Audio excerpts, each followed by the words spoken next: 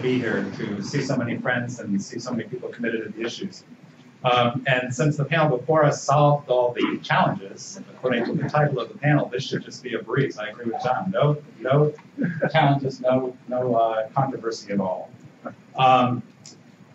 Seriously, we're here to discuss resilient fisheries, and we've got 4 great panelists. Their bios are in the book too, but just real quickly, Steve Moroski, the first speaker, they're going to be speaking in the order that they're seated here. Steve will be approaching resiliency as a component of fish life history and how that's a part of the makeup of each fishery. Steve is a professor at the University of South Florida. He spent nearly 40 years in the federal government, maybe more years at NOAA than John in the Navy and me in NOAA, but a long time there, and formerly was the Director of Scientific Programs and the Chief Science Advisor for the National Fisheries Service. The second speaker is Richard Merrick. Richard is going to approach these issues from the perspective of ecosystems that support the fish stocks. Richard holds now the job that Steve used to have as Director of Scientific Programs and the Chief Science Advisor in the National Fisheries Service. And Richard also has a long career in these fields, working in Alaska and the Northeast.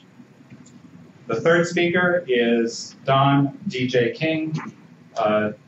He is going to talk about how these troubles from reality to how this relates to the reality of the fishermen having to seek diversity in order to survive.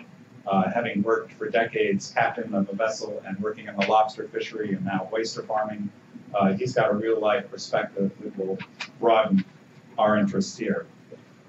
And finally, the fourth speaker, whose comments will be not attributable because she's staff on the Senate, Fern Gibbons had joined Senator Thinn's staff for the U.S. Senate Commerce Committee in 2014. She is now professional staff for the Oceans, Atmosphere, Fisheries, and Coast Guard Subcommittee, and was recently appointed as the Senator's Policy Director for Surface Transportation and Merchant Marine Infrastructure Safety and Security. So in other words, she works on these issues very closely.